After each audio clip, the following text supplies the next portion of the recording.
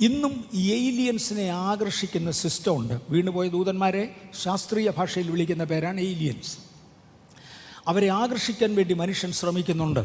ഞാൻ ഇന്നലെ മിഷിയാക്കാക്കോയുടെ പടം എടുത്തു കാണിച്ചു. ഇന്ന് ലോകത്തിൽ ജീവനോടിരിക്കുന്ന ശാസ്ത്രജ്ഞന്മാരിൽ ഒന്നാമനാണ് മിഷിയാക്കാക്കോ പറയുന്നത്. വീണുപോയ ദൂതന്മാരുടെ ഏറ്റവും വലിയ ഹോബി, അല്ലെങ്കിൽ ഈ പൈശാചിക ശക്തികളുടെ ഏറ്റവും വലിയ ഹോബി സെക്സാണ്, ലൈംഗികത്വമാണ്. അതുകൊണ്ട് ഇണ ചേരുന്ന സ്ത്രീ പുരുഷന്മാരുടെ രൂപം സ്വർണം കൊണ്ടുണ്ടാക്കി അതിൻ്റെ ചിത്രം ആകാശത്തിലേക്ക് പ്രദർശിപ്പിക്കുകയാണ് പിശാച് ചെയ്യുന്നത്. ഇന്നത്തെ ശാസ്ത്രജ്ഞന്മാർ ഏലിയൻസിനെ ആകർഷിക്കാൻ ചെല്ലുന്നു. അല്ല, നമ്മുടെ പിള്ളേരെ ആകർഷിക്കാൻ ലോകം ചെയ്യുന്നത് തന്നെ ബ്ലൂ ഫിലിം അല്ലേ? അത് വേറെ വല്ലതുമാണോ? നമ്മളെല്ലാം 21-ാം നൂറ്റാണ്ട് ജീവിക്കുന്നവരല്ലേ? നമ്മുടെ പിള്ളേരെ ആകർഷിക്കാൻ പിശാച് ചെയ്യുന്നത് എന്തുവാ? ബ്ലൂ ഫിലിംസാ. കാര്യം വീണുപോയ ദൂതന്മാർ അശുദ്ധ ശക്തികളുടെ ഏറ്റവും വലിയ ഇൻട്രസ്റ്റ് ഇതാ. ഈ ദേവന്മാരുടെ രൂപം കൊണ്ടുവന്ന് ഇത് ആകാശത്തിൽ ഉയർത്തി വയ്ക്കുവാനാണ് നിമ്രോദ് തീരുമാനിച്ചത്. ഇത് കണ്ട് ആകൃഷ്ടരാകുന്ന അശുദ്ധ ദൂതന്മാർ ഇറങ്ങി വരികയും ഭൂമിയെ കയ്യേറുകയും ചെയ്യും എന്നവരറിഞ്ഞിരുന്നു. ഇതിൻ്റെ ഗൗരവം മനസ്സിലാക്കിയത് കൊണ്ടാണ് യഹോവയായ ദൈവം നേരിട്ട് പണി കാണാൻ ഇറങ്ങി വന്ന് ഈ കൊണ്ടുവന്ന ജാതികളെ അടിച്ച് ചിഹ്നിച്ച് അശുദ്ധ ശക്തികൾ കേൾപ്പിച്ചു പറഞ്ഞു, പോകോളാൻ പറഞ്ഞു. ചില ശക്തികൾ വരയ്ക്കുന്നതുണ്ട്, ചില ശക്തികൾ തിരിച്ചു വരയ്ക്കുന്നതുണ്ട്, ചിലത് കെട്ടിത്തൂക്കുന്നതുണ്ട്, ചിലത് കാത് കിഴിക്കുന്നതുണ്ട്, ചിലത് കല്ലിടുന്നതുണ്ട്. പറഞ്ഞു, വരയ്ക്കേണ്ടവൻ വരയ്ക്ക്, പെരട്ടേണ്ടവൻ പെരട്ട്, പച്ച കുത്തേണ്ടവൻ പച്ച കുത്ത്, എനിക്ക് നിങ്ങളെ വേണ്ട, പൊയ്ക്കോ, തള്ളിയിരിക്കുന്നു. യഹോവ മഹോന്നതൻ ജാതികൾക്ക് അവകാശം വിഭജിക്കുകയും, ജാതികളെന്ന പ്രയോഗം ബൈബിളിൽ വീണുപോയ ദൂതന്മാർക്കാണ് കൊടുക്കുന്നത്. മനുഷ്യനെ സൃഷ്ടിക്കുന്നതിന് മുന്നമേ ലൂസിഫറിനെ കുറിച്ച് യെശയ്യാവിൻ്റെ പുസ്തകം പറയുന്നത്, എസെക്കിയേലിൻ്റെ പുസ്തകവും യെശയ്യാവിൻ്റെ പുസ്തകവും പറയുന്നത് ജാതികളെന്ന. യെശയ്യാവിൻ്റെ പുസ്തകത്തിലൊരു ചോദ്യമുണ്ട്, ജാതികളെ വീഴ്ത്തിക്കളഞ്ഞവനെ. മനുഷ്യനെ സൃഷ്ടിച്ചിട്ടില്ല. ഭൂമിയിൽ ആദാമിനെ സൃഷ്ടിക്കുന്നതിന് മുന്നമേ ദൈവം ചോദിക്കുന്ന ചോദ്യമാണ്, ജാതികളെ വീഴ്ചവനെ. അന്ന് എവിടെ ജാതി? വീണുപോയ ദൂതന്മാരാ.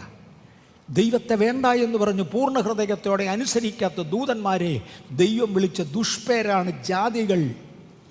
അവരുടെ വഴി അന്വേഷിച്ചവരെ ദൈവം ചിന്നിച്ചെതറിച്ചേച്ചു പറഞ്ഞു, നിങ്ങൾ അവരുടെ പുറകെ പൊക്കോളാൻ പറഞ്ഞു. എന്നോട് പിണങ്ങല്ലേ, ദയവായി പിണങ്ങല്ലേ, എനിക്കിനി ഇതുവഴി വരേണ്ടതാണ്.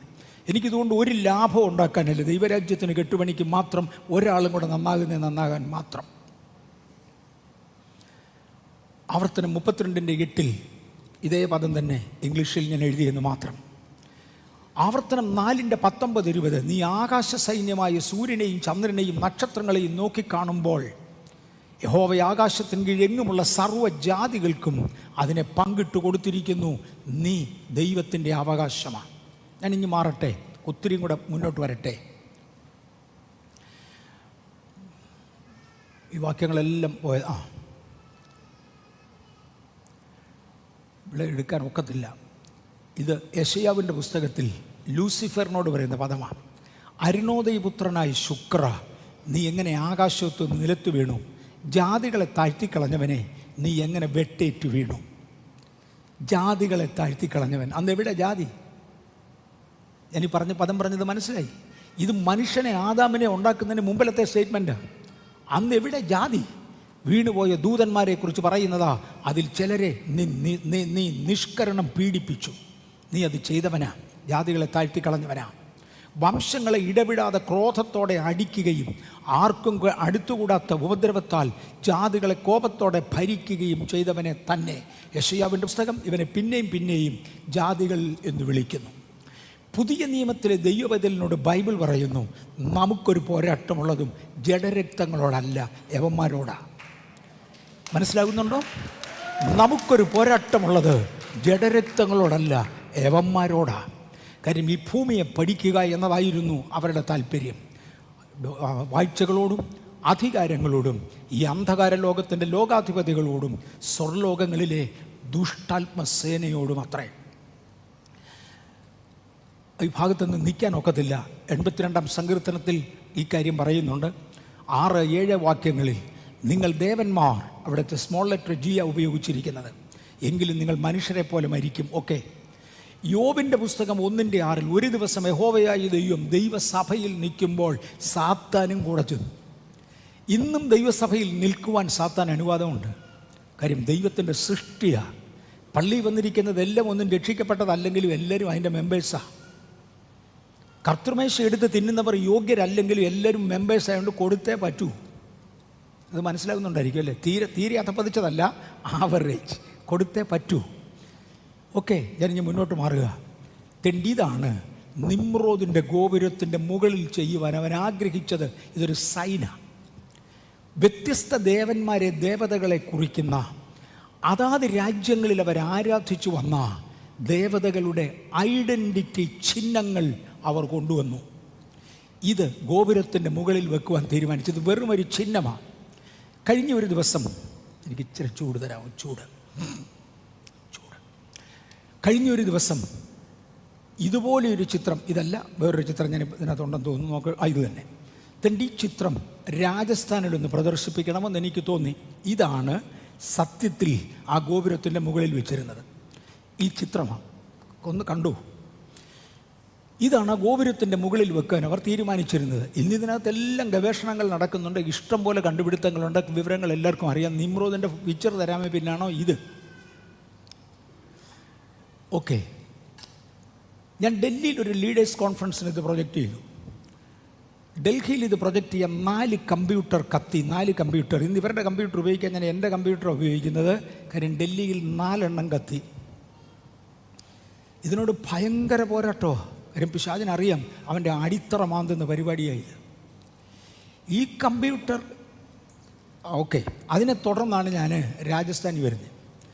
രാജസ്ഥാനിൽ വരുമ്പോൾ ദൈവാത്മാവിനോട് പറഞ്ഞ് ഈ പിക്ചർ പ്രൊജക്റ്റ് ചെയ്യാൻ പറഞ്ഞു. നിങ്ങൾ ഇപ്പോൾ ഈ കാണുന്ന പിക്ചർ പ്രൊജക്റ്റ് ചെയ്യാൻ പറഞ്ഞു. ഇതാണ് ആ ഗോപുരത്തിൻ്റെ മേളിൽ വെക്കുവാൻ അവർ തീരുമാനിച്ചത്. പക്ഷേ രാജസ്ഥാനിലെ ആളുകൾക്ക് പൊതുവെ വിദ്യാഭ്യാസമുള്ളവരല്ല. ഇവിടെ തന്നെ എത്ര പേർക്ക് ഇതിൻ്റെ 100% മനസ്സിലാകുമെന്ന് അറിയത്തില്ല. നമ്മുടെ പുരോഹിതനും മഹാപുരോഹിതനും ന്യായശാസ്ത്രിക്കും ഒക്കെ മനസ്സിലാകുന്നത് നമുക്ക് മനസ്സിലാവും. അതുപോലൊക്കെ ഉള്ളു നമ്മളും. ഇതൊന്നും മനസ്സിലാകുന്നതല്ല. അപ്പോൾ രാജസ്ഥാനിൽ വിദ്യാഭ്യാസമില്ലാത്ത ആളുകൾ ഇത് എന്നെ കാണിക്കാനാണ്. പക്ഷെ പിന്നെയും പരിശുദ്ധാത്മാവ് എന്നോട് പറഞ്ഞു പ്രൊജക്റ്റ് ചെയ്യാൻ പറഞ്ഞു. എന്ന് പറഞ്ഞാൽ എന്നെ പഠിപ്പിക്കാനായിരുന്നെന്ന് പിന്നെ മനസ്സിലായി. അവിടെ ഒരു സ്കൂളിൽ വെച്ചാണ് ഞങ്ങൾ ഈ മീറ്റിംഗ് നടത്തുന്നത്. സ്കൂളിൻ്റെ ഓണറോട് ഞാൻ പറഞ്ഞു ഇങ്ങനെ ഒന്ന് പ്രൊജക്റ്റ് ചെയ്യാൻ ദൈവാത്മാവ് പറയുന്നു. പക്ഷേ ആർക്കും മനസ്സിലാകത്തില്ല. അദ്ദേഹം പറഞ്ഞു, സാറേ, എൻ്റെ സ്കൂളിലെ സ്റ്റാഫും ഇവിടുത്തെ പ്രീ യൂണിവേഴ്സിറ്റി ക്ലാസ്സിൽ പഠിക്കുന്ന കുട്ടികളും 11ലും 12ലും പഠിക്കുന്ന കുട്ടികളുമായി കുറേ പേരുണ്ട്. സ്റ്റാഫ് തന്നെ ഒരു 10-40 പേരുണ്ട്, ഗ്രാജുവേറ്റ്സാണ്. അവർക്ക് മനസ്സിലാവും. പിന്നെ കുറേ പിള്ളേർക്ക് മനസ്സിലാവും. അതുകൊണ്ട് കാണിച്ചോളാൻ പറഞ്ഞു. പ്രൊജക്റ്റ് ചെയ്തു. 1ാമത്തെ പ്രൊജക്ടർ കത്തി. അടുത്ത ക്ലാസ്സിലെ പ്രൊജക്ടർ എടുത്തുകൊണ്ടുവന്ന് 2ാമത്തേത് കത്തി. 3ാമത്തെ ക്ലാസ്സിലെ കൊണ്ടുവന്ന് 3ാമത്തേത് കത്തി. 4ാമത്തെ പ്രൊജക്ടറിലാണ് പ്രൊജക്റ്റ് ചെയ്തത്. പക്ഷേ ഇത് പ്രൊജക്റ്റ് ചെയ്തുകൊണ്ടിരിക്കുമ്പോൾ ഒരു മെഡിക്കൽ ഡോക്ടർ, എനിക്ക് മോൻ്റെ പേരറിയാം, അവൻ്റെ കല്യാണം നടത്തിയത് ഞാനാ. ഒരു മെഡിക്കൽ ഡോക്ടർ, ഒരു മമ്മന്തരം തിരിഞ്ഞിരിക്കുന്ന പുള്ളിയാണ്. ഗ്രൂപ്പിനിടയ്ക്ക് ഒന്ന് ഇറങ്ങി ഒരൊറ്റ ഓട്ടം ഓടി. ഈ പടം കണ്ടപ്പോൾ, നിങ്ങൾ ഈ കാണുന്ന പടം കണ്ടപ്പോൾ ഇറങ്ങി ഒരൊറ്റ ഓട്ടം ഓടി. വട്ടിളകിയതുപോലെ ഭൂതം ബാധിച്ചവനായിരുന്നു. അലറിക്കൊണ്ട് ഓടി. ആളുകൾ അവൻ്റെ പുറകെ ഓടി മോനെ പിടിച്ചുകൊണ്ട് വന്നു. ഡോക്ടറാ, മെഡിക്കൽ ഡോക്ടറാ, പിടിച്ചുകൊണ്ട് വന്നു.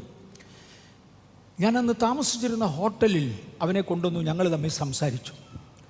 അവൻ എന്നോട് പറഞ്ഞു, അങ്കിളേ, ഇത് ഒരു ലേറ്റസ്റ്റ് വീഡിയോ ഗെയിമിൽ ഉപയോഗിക്കുന്ന ചിഹ്നങ്ങളാണ്. അങ്കിൾ 11 എണ്ണമേ കാണിച്ചുള്ളൂ, ഇത് 12 എണ്ണം ഉണ്ട്. ഞാൻ പറഞ്ഞു, എനിക്കും അറിയാം 12 ഉണ്ട്. 12ാമത്തെ എനിക്ക് കിട്ടിയില്ല മോനെ, അതുകൊണ്ടാണ്. ഇത് 12 എണ്ണം ഉണ്ട്. അങ്കിളേ, ഈ ഗെയിമിൻ്റെ ഉദ്ദേശം ലൂസിഫറിനെ വിജയിപ്പിക്കുക എന്ന ഒരു കോമ്പറ്റീഷൻ, ഒരു ഗെയിമാണ്. ആര് ജയിക്കും ആര് തോക്കുമെന്ന്. ഇരിക്കുന്ന ഓപ്പറേറ്റർ ലൂസിഫറിനെ ജയിപ്പിക്കേണ്ടതിന് ഉപയോഗിക്കുന്ന 12 ചിഹ്നങ്ങളാണ് അങ്കിളി കാണിച്ചത്. അങ്കിളെ, ഈ ഗെയിമിൽ ഇന്ത്യയുടെ ചാമ്പ്യനാണ് ഞാൻ. റഷ്യയിലാണ് ഞാൻ എൻ്റെ മെഡിസിൻ ചെയ്തത്. അത് പഠിച്ചുകൊണ്ടിരിക്കുവാൻ എന്നെ അവിടെ വിട്ട സമയത്ത് ഞാൻ ഈ ഗെയിമിൽ ചേർന്നു. എൻ്റെ ജീവിതം പാഴായി എന്ന് പറഞ്ഞാൽ ഭൂതം കയറി. എൻ്റെ ജീവിതം പാഴായി.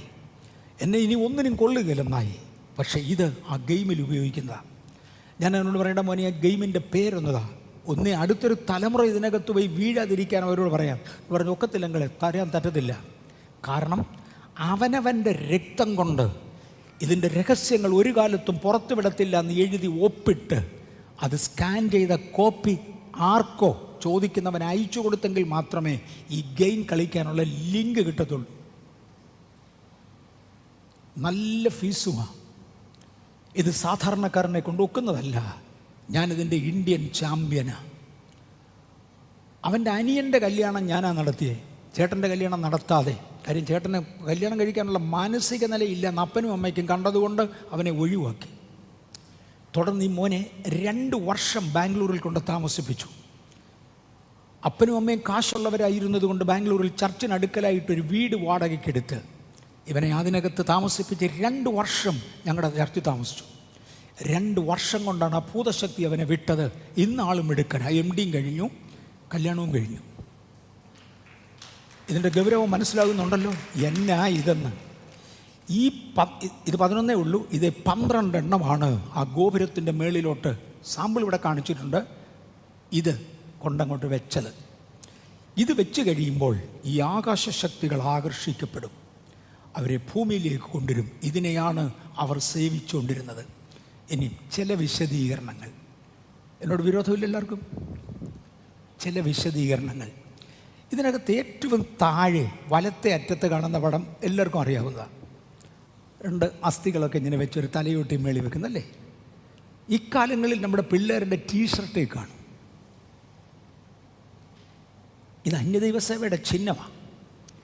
ഇക്കാലത്ത് നമ്മുടെ പിള്ളേരുടെ ടീഷർട്ടേ കാണും, തൊപ്പിയെ കാണും, ചെരുപ്പേ കാണും. ഒരുപാടിടത്തുണ്ട്. അന്യദൈവങ്ങളുടെ മാർക്ക. ഞങ്ങളൊരു കർട്ടൻ വാങ്ങിച്ചാൽ, ഒരു കുഷ്യൻ വാങ്ങിച്ചാൽ, തലവണക്കവ്യം വാങ്ങിച്ചാൽ 3 പ്രാവശ്യം ശോധന ചെയ്തേച്ചേ വാങ്ങിക്കത്തുള്ളൂ, അരുതാത്ത പടമൊന്നുമില്ലെന്ന്. ഇതൊക്കെ പൈശാചിക ശക്തികൾ സമർപ്പിക്കപ്പെട്ട അന്ത്യകാലമായത്. ഇതാണ് അതിലെ ഏറ്റവും താണത്. അതിൻ്റെ ഇടത്തുവശത്തിരിക്കുന്നത് ആഭരണങ്ങളിൽ ഉപയോഗിക്കുന്ന സകലവിധ നിറമുള്ള കല്ലുകളുടെയും സങ്കരമാണ്. അസസേലിൻ്റെ നേതൃത്വത്തിൽ കൊണ്ടു കൊടുത്തതാ അവയുടെ സങ്കരമാണിത്.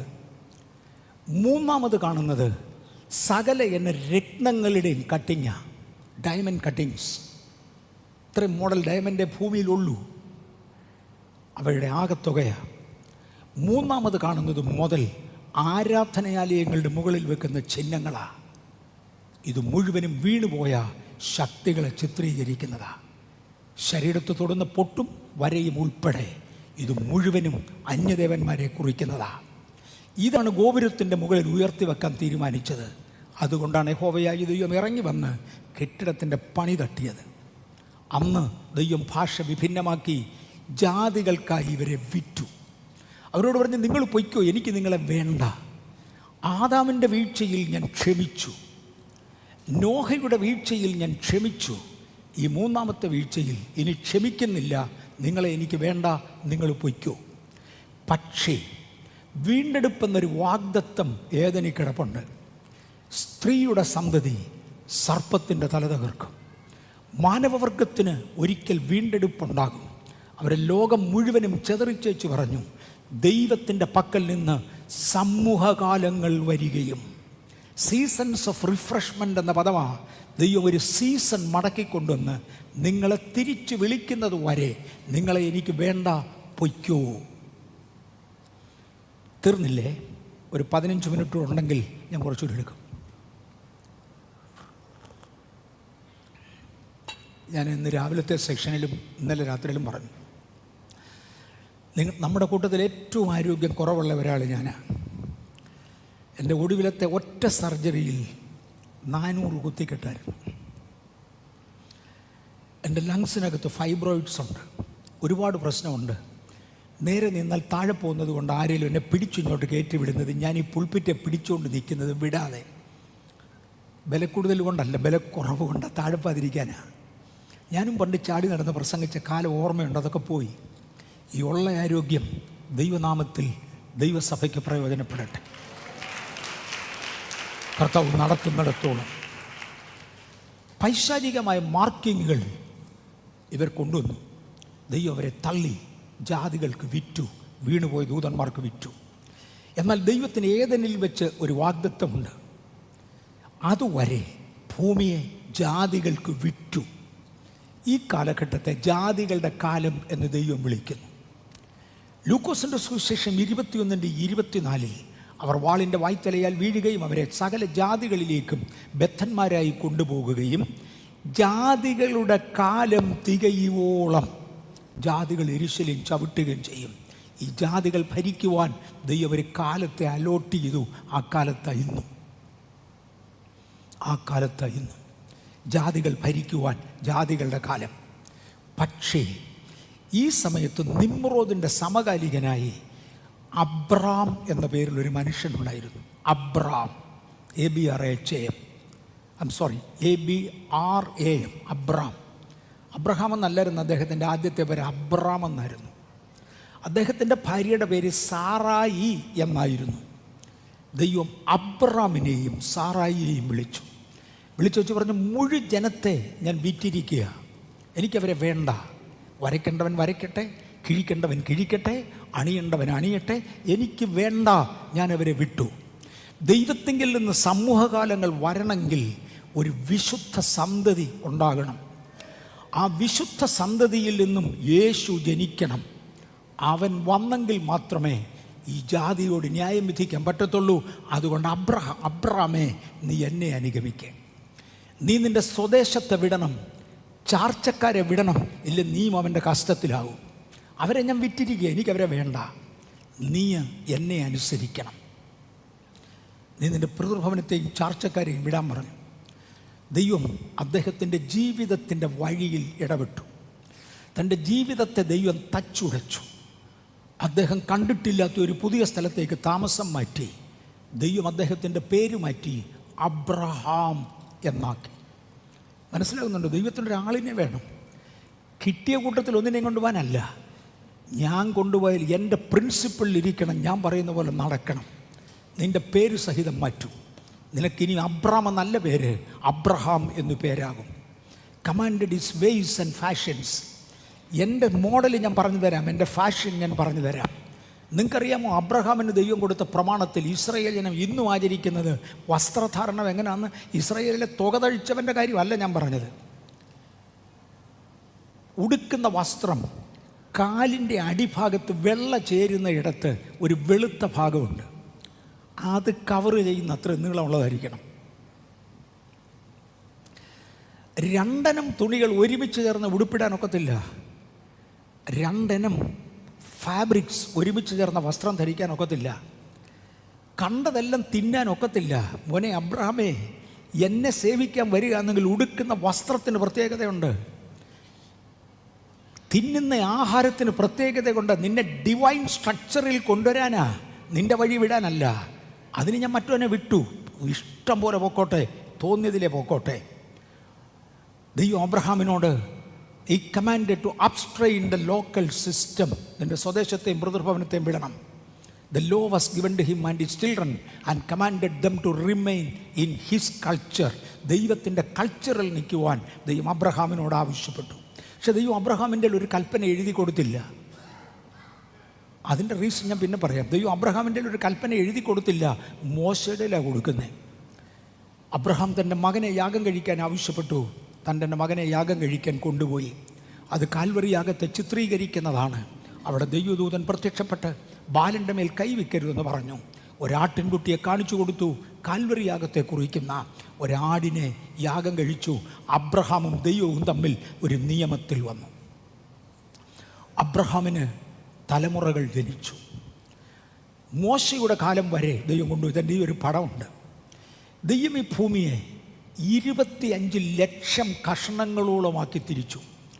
ഭൂമിയുടെ ആകെ വിസ്തീർണം, ഇത് ഭൂമിശാസ്ത്രമാണ്, ഭൂമിയുടെ ആകെ വിസ്തീർണം 510 മില്യൺ സ്ക്വയർ കിലോമീറ്ററാണ്. എന്ന് പറഞ്ഞാൽ 5.1 കോടി സ്ക്വയർ കിലോമീറ്ററാണ് ഭൂമിയുടെ ഉപരിതലം ആകപ്പാടെ. ഇതിനകത്തുനിന്ന് അബ്രഹാമിനോട് പറഞ്ഞു, ഫ്രാത്ത് മുതൽ മഹാനദി വരെയുള്ള സ്ഥലം നിനക്ക് തരാം. അതിൻ്റെ വിസ്തീർണം 22,145 കിലോമീറ്ററേ ഉള്ളൂ, സ്ക്വയർ കിലോമീറ്ററേ ഉള്ളൂ. എന്ന് പറഞ്ഞാൽ ആകെ ഭൂമിയെ 25 ലക്ഷം കഷണങ്ങളായി തിരിച്ചാൽ അതിലെ ഒരു കഷണം നിനക്ക് തരാം. ബാക്കി മുഴുവൻ ഞാൻ ജാതികൾക്ക് കൊടുത്തു കൊണ്ടുപോട്ടെ. ഞാൻ ഒരിക്കൽ തിരിച്ചു വരും, നിന്റെ സന്തതിയായി വരും. നിനക്ക് ഞാൻ ഇന്ന് തരുന്ന സ്ഥലം അന്നത്തെ ഹെഡ് ക്വാർട്ടേഴ്സായിരിക്കും. ഞാൻ ഈ മുഴുവൻ ഭൂമിയെ തിരിച്ചു പിടിക്കും, ഭരിക്കും. അതുവരെ അബ്രഹാമെ നിനക്ക് ഭൂമിയുടെ 25 ലക്ഷത്തിൽ ഒരു കഷണം തരാം. അത്രയും മാത്രം നീ എടുത്താൽ മതി. ബാക്കി ഞാൻ ജാതികൾക്ക് കൊടുത്തിരിക്കുക. ഞാൻ ഈ താഴെ കാണിച്ചിരിക്കുന്ന മാപ്പിനകത്ത് ഇസ്രായേൽ കണ്ടുപിടിക്കാനൊന്നും നോക്കത്തില്ല. മാപ്പിനകത്ത് അതുപോലെ ചെറുതാണ്. 25 ലക്ഷത്തിലൊന്ന് അബ്രഹാമിന് കൊടുത്തു. എന്നിട്ട് അബ്രഹാമിനോട് പറഞ്ഞു, ഞാൻ നിനക്ക് നിയമം തരാം. മറ്റവന്മാർക്ക് ഒരു നിയമവുമില്ല. വരയ്ക്കേണ്ടവൻ വരയ്ക്കട്ടെ, കിഴിക്കേണ്ടവൻ കിഴിക്കട്ടെ, വേണ്ടതൊക്കെ ചെയ്യട്ടെ, പോട്ടെ, എനിക്ക് വേണ്ട. വീണ്ടെടുപ്പിൻ്റെ കാലം വരുന്നത് വരെ ജാതികളുടെ കാലം മുഴുവനും അവർ തള്ളപ്പെട്ടവരാ. അവർ പൊക്കോട്ടെ, എനിക്ക് നിന്നെ വേണം. നിനക്ക് ഞാൻ കുറേ പ്രമാണങ്ങൾ തരാം. ആ പ്രമാണം ഞാൻ ഇച്ചിരി വലുതായിട്ട് ഇട്ടിട്ടുണ്ട്. ഒന്നാമത്തെ പ്രമാണം 12 പ്രമാണങ്ങളാണ്. ഞാനതിനെ 12 ഗോൾഡൻ ലോസ് എന്നാണ് വിളിക്കുന്നത്. അത് ഞാൻ വിളിച്ച പേരാ, ബൈബിളിലും ഉള്ളതല്ല, ഞാൻ വിളിച്ച പേരാ. ഉൽപ്പത്തി 12:1 സെപ്പറേഷൻ, വേർപാട്. നിനക്ക് ജാതിയുടെ പാനൊക്കത്തില്ല, അതിനെ കളഞ്ഞതാ. അതല്ല, നീ വേറെയാ, നിനക്ക് വേർപാട്. നിനക്ക് സർക്കംസിഷൻ, ലൈംഗികതയാണ് പിശാചിൻ്റെ പ്രധാന മാർഗം. നിൻ്റെ ലൈംഗികത എൻ്റെ നിയന്ത്രണത്തിലാണ്. നിനക്ക് തോന്നിയ പോലെ നടക്കാനൊക്കത്തില്ല. നിനക്ക് ജനിക്കുന്ന കുഞ്ഞുങ്ങൾ എൻ്റെ കൺട്രോളിലാണ്. നിൻ്റെ സന്തതിയിൽ പിറക്കുന്ന ആണൊക്കെയും 8-ാം നാളിൽ പരിച്ഛേദനയേക്കണം. നിൻ്റെ തലമുറയും സന്തതിയെ നിയന്ത്രിക്കുന്നത് ഞാനാ. 3, വിഗ്രഹം നിനക്ക് പറ്റത്തില്ല. ലേവ്യ പുസ്തകം 19:4. ലേവ്യ പുസ്തകം ഒന്നുകൂടെ ഗൗരവമായി ശ്രദ്ധിച്ചോണം, മോശി കൊടുക്കുന്ന കൽപ്പനയാണ്. ലേവ്യ പുസ്തകം 19:4 വിഗ്രഹാരാധന പറ്റത്തില്ല. 19:26 ഡു നോട്ട് ഈറ്റ് ബ്ലഡ്, രക്തം ഭക്ഷിക്കരുത്.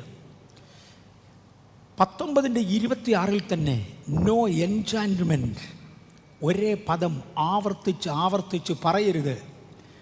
1000 പ്രാവശ്യം ഒരു കാര്യം പറയുന്നതുകൊണ്ട് ഒരു സാധ്യതയുമില്ല. നീ അങ്ങനെ പേരുകൾ ആവർത്തിച്ച് പറയരുത്. അത് നിനക്ക് വിധിച്ചിട്ടില്ല, അത് ജാതികളുടെ വഴിയാണ്. 19:26 do not observe times and season, സമയങ്ങളും കാലങ്ങളും നോക്കരുത്. അത് പിശാചിനുള്ളതാ, നിനക്കുള്ളതല്ല. ഞാൻ എന്നും ദൈവമാണ്, എല്ലായിടത്തും ദൈവമാണ്. സമയത്തും കാലത്തും ഇടത്തു പോയി ദൈവങ്ങളെ കാണുന്നത് എൻ്റേതല്ല, അത് വീണുപോയ ശക്തികളുടേതാ. 7 ലേവ്യർ 19:27 നീ മുടി വെട്ടുമ്പോൾ തലയുടെ അരികെ വടിക്കരുത്. നിൻ്റെ ഹെയർ സ്റ്റൈൽ എൻ്റേതാ. കിട്ടുന്നുണ്ടോ? ജാതികൾക്ക് എന്തും കാണിക്കാം, നിൻ്റെ ഹെയർ സ്റ്റൈൽ എൻ്റേതാ. 19:28 ഡു നോട്ട് ഷേവിങ് ശൈലി എഴുതിയിട്ടുണ്ട്. 19:27 തന്നെ മുടി വെട്ടുന്നതും ഷേവ് ചെയ്യുന്നതും. നിൻ്റെ താടി വികൃതമാക്കരുത്, തലയുടെ അരികെ വടിക്കരുത്. ഞാൻ ഇങ്ങോട്ട് വിശദീകരിക്കാം എന്തുകൊണ്ടാണ് ഈ പറയുന്നതെന്ന്. ഇത് ജാതികളുടെയാ, നീ എൻ്റെയാ, നിങ്ങൾ വേർപെട്ടവരാ. 19:28 do not pierce your body, ശരീരം മുറിവേൽപ്പിക്കരുത്. അത് വീണുപോയ ദൂതന്മാർ കൊണ്ടുവന്നതാ, നീ കാണിക്കേണ്ടതല്ല. Do not pierce your body. Do not tattoo your body, ശരീരത്ത് പച്ച കുത്തരുത്. അത് ജാതികളുടേതാ, അന്യദൈവന്മാരെ ചിത്രീകരിക്കുന്നതാ. Do not indulge in prostitution, നീ ഒരിക്കലും വേശ്യാവൃത്തിയിൽ ഇടപെടരുത്. നിങ്ങൾ യഹോവയുടെ അംശമാ, അവൻ്റെ ജനമാ, യാക്കോബ് അവൻ്റെ അവകാശമാ. വളരെ ചെറിയൊരു കുടുംബത്തെ 25 ലക്ഷത്തിൽ ഒരു ഭാഗം ഭൂമി ഏൽപ്പിച്ചു വെച്ച് പറഞ്ഞു, ഞാൻ നിന്നെ അനുഗ്രഹിക്കും. ഇന്ന് വരെ ദൈവം കൊടുത്ത അത്രയും സ്ഥലം ഇസ്രായേലിന് കിട്ടിയിട്ടുമില്ല. അബ്രഹാമിൻ്റെ കാലത്ത് കിട്ടിയില്ല. ദാവീദ് ഭരിക്കുന്ന കാലത്താണ് ഏറ്റവും കൂടുതൽ സ്ഥലം അവർക്ക് അവകാശമാക്കിയത്. അന്നും ഈ 22,000 കിലോമീറ്റർ അവർക്ക് കിട്ടിയിട്ടില്ല. അതിൻ്റെ ഭാഗം മാത്രമേ ഉള്ളൂ. ഇന്ന് തീരെ കുറവാണ്. പക്ഷേ ലോകത്തിലെ ഒരു ശക്തിക്കും ഇന്ന് അബ്രഹാമിനെ തൊടാൻ പേടിയാണ്. ഒരു ശക്തിക്കും, അമേരിക്കയ്ക്ക് ഉൾപ്പെടെ തൊടാൻ പേടിയാണ്. കാര്യം, ഒരനുഗ്രഹം അവൻ്റെ മേൽ കിടക്കുന്നു. പ്രമാണമില്ലാതെ കിടക്കുന്ന ജാതി പോലല്ല, പ്രമാണമുള്ളവൻ വേറൊന്നാ. ഞാൻ ഇന്നലെ എൻ്റെ സാക്ഷ്യം പറഞ്ഞ കൂട്ടത്തിൽ പറഞ്ഞു, ഒരു ഭാഗം ഞാൻ ഇന്നലെ ഒരു ഭാഗം തൊട്ടു. ഞാൻ പഠിച്ചിരുന്ന സ്കൂളിൽ നിന്ന് എൻ്റെ ഹെഡ് മാസ്റ്റർ ഒരു വലിയ അച്ഛനായിരുന്നു. എൻ്റെ പേര് വെട്ടി എന്നെ പുറത്ത് കളഞ്ഞു. എല്ലാ സാറുമാരോടും പറഞ്ഞ് എന്നെ അടിച്ച് ശിക്ഷിച്ച് സ്നാനം തൂത്ത് കളയിപ്പിക്കണം. ഞാൻ പറഞ്ഞു, നീണ്ട വർഷങ്ങൾ എൻ്റെ കയ്യോ കാലോ പൊട്ടി രക്തമൊഴുകാതെ ഒറ്റ ദിവസം പോലും ഞാൻ സ്കൂളിൽ നിന്ന് പോയിട്ടില്ല. അതുപോലെ എന്നെ ഉപദ്രവിച്ചു. വർഷങ്ങൾ കഴിഞ്ഞു. ഒരു 5 വർഷങ്ങൾക്ക് മുമ്പേ തിരുവനന്തപുരത്ത് ഒരു 3 സഭായോഗത്തിന് എനിക്കൊരു ഞായറാഴ്ച പ്രസംഗിക്കണം. അതിലൊന്നാമത്തെ സഭായോഗം അവിടുത്തെ പഞ്ചായത്ത് ഓഡിറ്റോറിയത്തിലാണ്. തിരുവനന്തപുരത്തെ പഞ്ചായത്ത് ഓഡിറ്റോറിയത്തിൽ കയറാൻ ഒറ്റ വഴിയേ ഉള്ളൂ. ആ വഴി വെളിയിലോട്ട് വന്നാൽ 2ആയി തിരിയും, ഇടത്തോട്ടും വലത്തോട്ടും. മൂന്നാമതൊരു റോഡില്ല അവിടെ പോകാൻ. ഈ 2 റോഡേ കൂടെ വന്ന് ഒരു വഴിയെ കയറി പഞ്ചായത്ത് ഓഡിറ്റോറിയത്തിൽ വരാം. ഒന്നാമത്തെ സഭായോഗം അവിടെ കഴിഞ്ഞാൽ എനിക്ക് 2ാമത്തേതിന് പോകണം, പിന്നെ 3ാമത്തേതിന് പോകണം. അന്ന് 3 സഭായോഗങ്ങളാണ് പ്ലാൻ ചെയ്തിരിക്കുന്നത്. ഞാൻ തിരുവനന്തപുരത്ത് പോയി പലപ്പോഴും അങ്ങനെയൊക്കെയാണ്, ഇപ്പോഴും പോവും, അങ്ങനെയൊക്കെ തന്നെയാണ്. ഒന്നാമത്തെ സഭായോഗത്തിൽ അവിടുത്തെ പാസ്റ്റർ എന്നോട് പറഞ്ഞു, ഞാൻ അദ്ദേഹത്തിൻ്റെ പേര് പറഞ്ഞു, അവിടുത്തെ ഏറ്റവും വലിയ ചർച്ച. അവിടുത്തെ പാസ്റ്റർ എന്നോട് പറഞ്ഞു, എം.എ. വർഗീസിൻ്റെ സാക്ഷ്യം ഒന്ന് ക്ലിയറായി പറയണം. കാര്യം ഈ ഇവന്മാര് ശപിച്ചു കഴിഞ്ഞാൽ ഏതാണ്ട് പോയി എന്നൊക്കെ പേടിയുള്ളവരുണ്ട്. ഇതൊന്ന് മാറിക്കിട്ടാൻ വേണ്ടി സാക്ഷി ഒന്ന് തുറന്നു പറയണം. ഞാൻ ഒരു കാലത്തും എൻ്റെ പേര് വെട്ടിയ അച്ഛൻ്റെ പേരോ എൻ്റെ ക്ലാസ് ടീച്ചർ അച്ഛൻ്റെ പേരോ പരസ്യമായി പറഞ്ഞിട്ടില്ല, രഹസ്യമായി പറഞ്ഞിട്ടുണ്ട്. അന്ന് അബദ്ധം പറ്റി ഞാൻ പരസ്യമായിട്ടങ്ങ് പറഞ്ഞു. ഇന്നയാളായിരുന്നു അന്നത്തെ ഹെഡ് മാസ്റ്റർ, അദ്ദേഹമാണ് എൻ്റെ പേര് വെട്ടിയത്.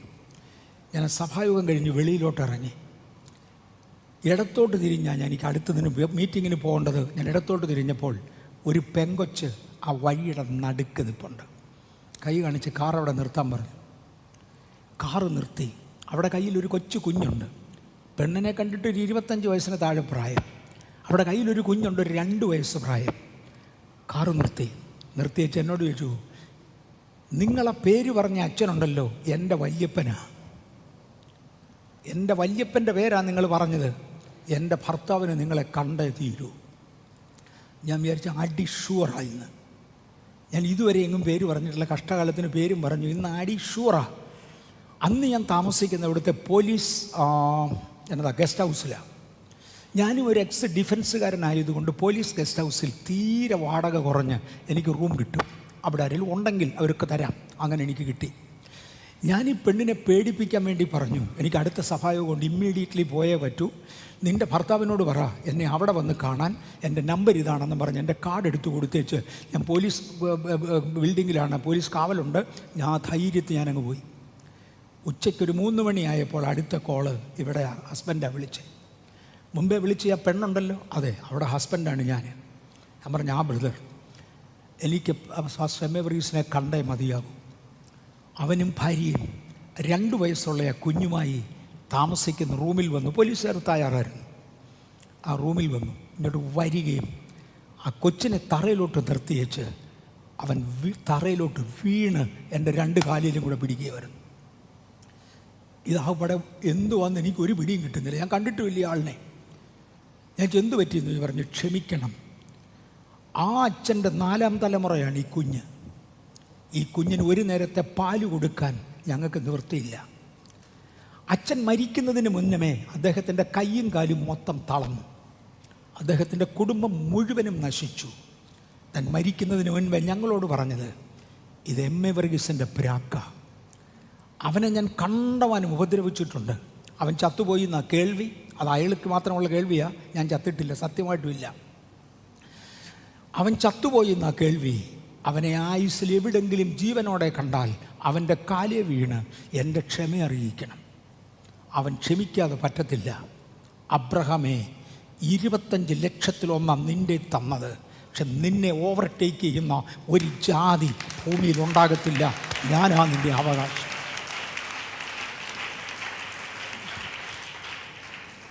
ജാതികളുടെ കാലത്താണ് നമ്മൾ ജീവിക്കുന്നത് എന്ന് ഒന്നുകൂടെ ഓർമ്മിപ്പിക്കാം. ഇനി ഞാൻ ഹെയർ സ്റ്റൈലിലും ഷേവിങ് സ്റ്റൈലിലോട്ടും തിരിയാൻ പോവാം. ഈജിപ്ഷ്യൻ രാജാക്കന്മാരുടെ ചിത്രങ്ങൾ നിങ്ങൾ എടുത്താൽ ഇവരുടെ എല്ലാം ഹെയർ സ്റ്റൈലിൽ കാണുന്നതാണ്. കാണാമല്ലോ ഒരു ഹെയർ സ്റ്റൈൽ, ചിറക് പോലെ പുറകോട്ട് വെക്കുന്നത്. ഈജിപ്ഷ്യൻ രാജാക്കന്മാരുടെ മുഴുവനും ഈജിപ്ഷ്യൻ രാജാവായിരുന്നു മുടി ഇങ്ങനെ വളർത്തു. അതവരുടെ കുലദേവതയുടെ ലക്ഷണമാണ്. കുലദേവതയുടെ മുടി അങ്ങനെ ആയിരുന്നു. ഈജിപ്ഷ്യൻ രാജാക്കന്മാർ ഇങ്ങനെ ചെയ്യത്തുള്ളൂ. പിരമിഡുകളിൽ കിടക്കുന്ന ഈജിപ്ഷ്യൻ രാജാക്കന്മാർ മൊത്തം അവരുടെ പടം എവിടെ എടുത്തു ഇതാണ് ഹെയർ സ്റ്റൈൽ. ഇത് അസീരിയൻ രാജാക്കന്മാരുടെ ഹെയർ സ്റ്റൈലാണ്, തേനീച്ച തൂങ്ങിക്കിടക്കുന്ന പോലെ. ഇത് അവരുടെ കുലദൈവങ്ങളുടെ സൃഷ്ടിയാണ്. അവനവൻ്റെ കുലദൈവങ്ങളെ അവനവൻ ഹെയർ സ്റ്റൈൽ കൊണ്ടും അവനവൻ താടി കൊണ്ടും പ്രതിനിധീകരിക്കുമ്പോൾ നിങ്ങൾ അവൻ്റെ വകയല്ല, എൻ്റെ വകയാ. മുടി വെട്ടുമ്പം സൂക്ഷിച്ചോണം, വേർപാട്. അവർ വെട്ടി ചെയ്തോട്ട്, ഞാനവരെ വിറ്റിരിക്കുക, എനിക്കവരെ വേണ്ട. യഹോവയുടെ പക്കൽ നിന്ന് സമൂഹകാലങ്ങൾ വരികയും ദൈവം അവരെ ഉദ്ധരിക്കുകയും ചെയ്യുന്നൊരു കാലം വരെ, വീണ്ടെടുപ്പ് വരെ ഞാനവരെ വിറ്റിരിക്കുക, എനിക്കവരെ വേണ്ട. നിങ്ങളുടെ കാര്യമല്ല, നിങ്ങൾ വീണ്ടെടുക്കപ്പെട്ടവരാ, സപ്പോസ് ടു ബി. ഈ ചിഹ്നങ്ങൾ അവരുടെ വകയാ, നമ്മുടെ അല്ല. ഞാൻ മുന്നോട്ട് പോട്ടെ. നമുക്ക് വേറൊരു ചിഹ്നമുണ്ട്. അത് പരിശുദ്ധാത്മാവിൻ്റെ ആജ്ഞയാണ്. അത് ദൃശ്യമല്ല, അത് അദൃശ്യമാണ്. പിശാച് അതിനുള്ളവരെ സീൽ ചെയ്തെങ്കിൽ കർത്താവ് പറഞ്ഞു, എനിക്കുള്ളവരെ ഞാൻ സീൽ ചെയ്യും. ഇനി ഞാൻ ഗൗരവമുള്ള ഭാഗത്തോട്ട് കയറാൻ പോവാ. 9:30 വരെ പൊക്കോളാൻ എന്നോട് പറഞ്ഞു. ഞാൻ നിൽക്കുമെന്ന് എനിക്ക് തോന്നുന്നു. താഴെ വീഴുന്നില്ലെങ്കിൽ ഞാൻ നിൽക്കും 9:30 വരെ. ഞാൻ കണ്ടിന്യൂ ചെയ്യട്ടെ?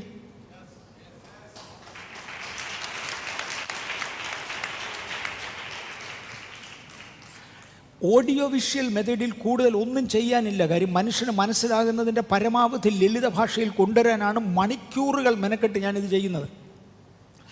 ഞാനൊരു പിക്ചർ പൊതുസ്ഥലത്ത് പ്രൊജക്റ്റ് ചെയ്യുന്നതിന് മുന്നമേ പലരുടെ കയ്യിൽ കൊടുക്കും. ഇവിടുത്തെ പാസ്റ്റേഴ്സിന് പരിചയമുള്ള ഒരു ദേവുണ്ട്, ഒരു നല്ല ശാസ്ത്രജ്ഞനാണ്.